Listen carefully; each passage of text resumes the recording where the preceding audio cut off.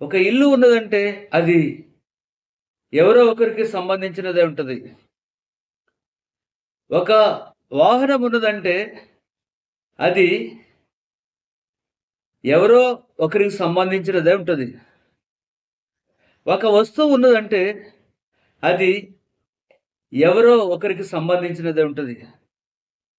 అదే విధంగా ఒక పొలం గావచ్చు, ఒక చేను గావచ్చు, అది ఏదైనా సరే దాని వెనకాల దానికి సంబంధించిన వారు ఉంటారు. ఇంత పెద్ద విశ్వం ఉన్నది.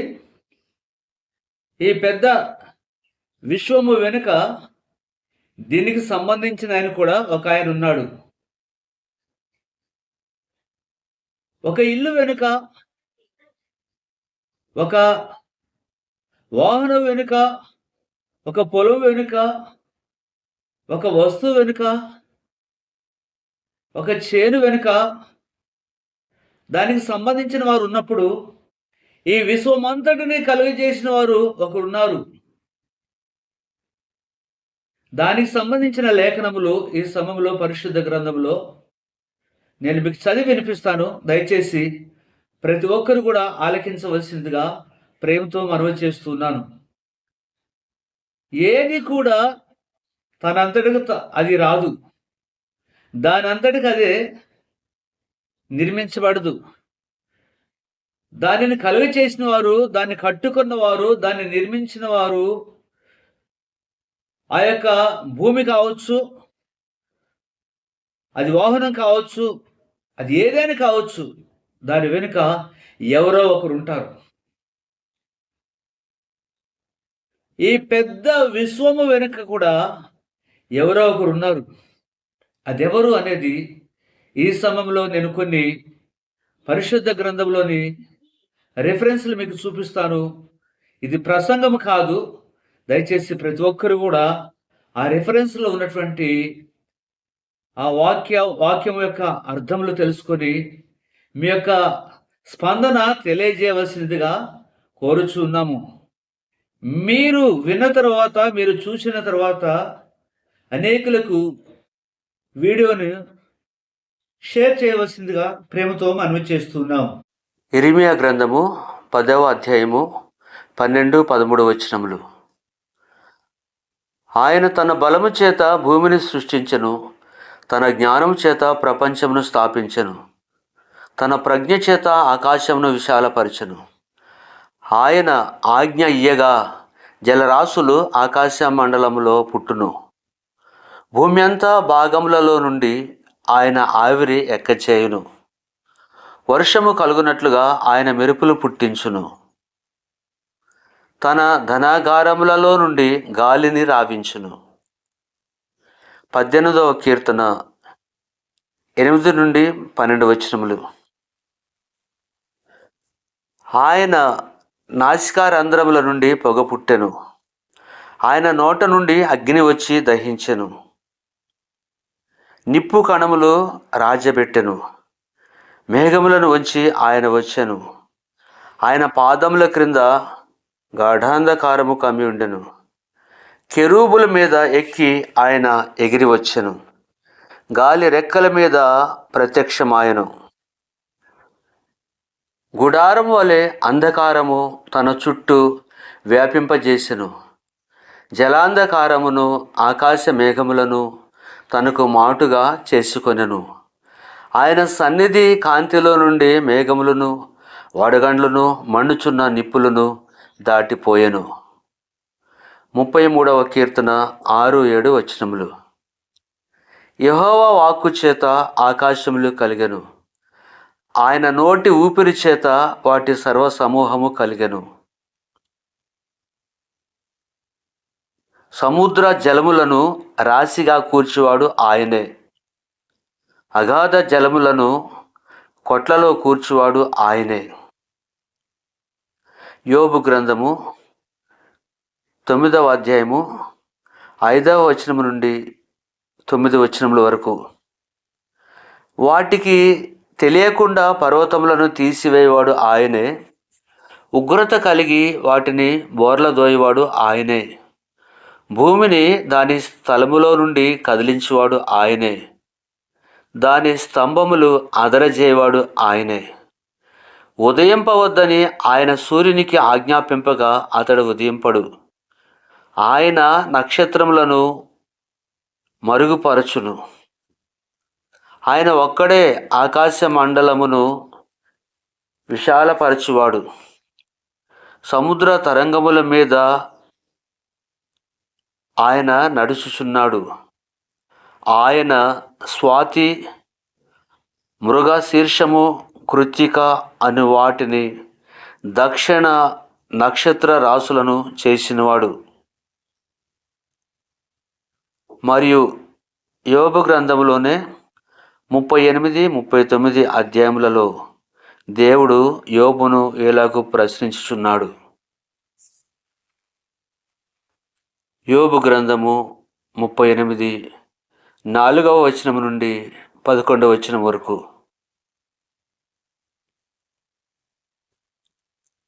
నేను భూమికి పునాదులు వేసినప్పుడు నీవెక్కడ నుంటివి?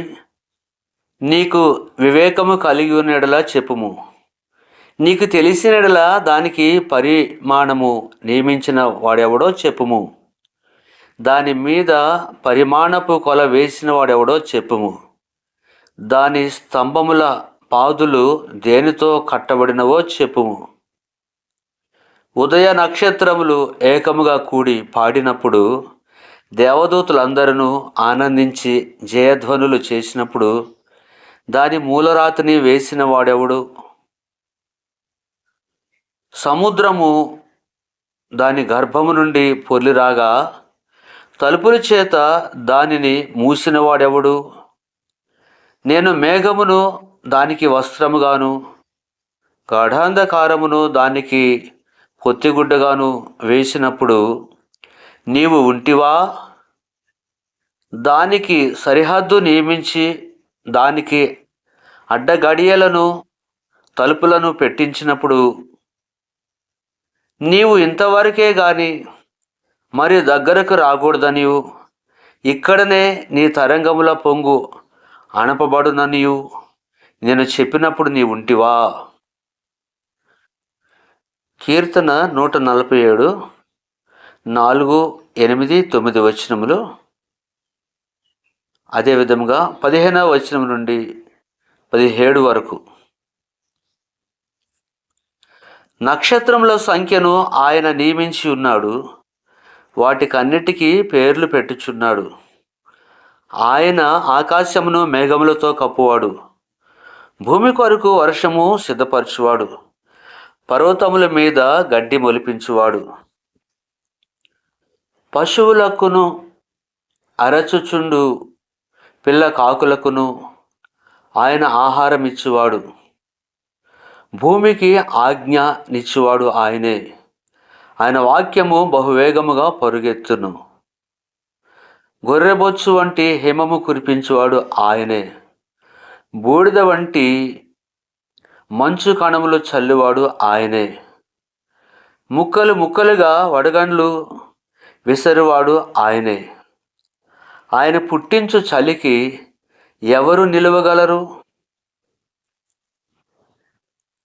ఆమోసు గ్రంథము 5వ అధ్యాయము 8, 9 వచనములు.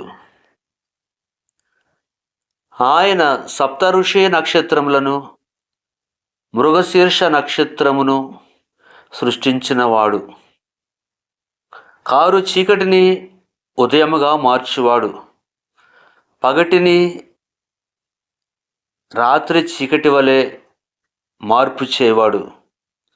సముద్ర జలములను పిలిచి వాటిని భూమి మీద పొర్లి పారజేయవాడు.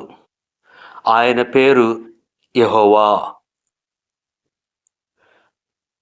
సామెతల గ్రంథము 3వ అధ్యాయము 19, 20వ వచనం. జ్ఞానము వలన యెహోవా భూమిని స్థాపించెను. వివేచన వలన ఆయన ఆకాశ విశాలమును స్థిరపరచెను. ఆయన తెలివి వలన అగాధ జలములు ప్రవహించుచున్నవి. మేఘముల నుండి మంచు బిందువులు కురియుచున్నవి. ఇర్మియా గ్రంథంలోనే 51వ అధ్యాయము 15-16 వచనములలో ఆయన చేసిన వాటిని గురించి కూడా ఇక్కడ వ్రాయబడి ఉంటున్నది. నా జీవము తోడని సైన్యములకు అధిపతియగు యెహోవా ప్రమాణము చేయుచున్నాడు.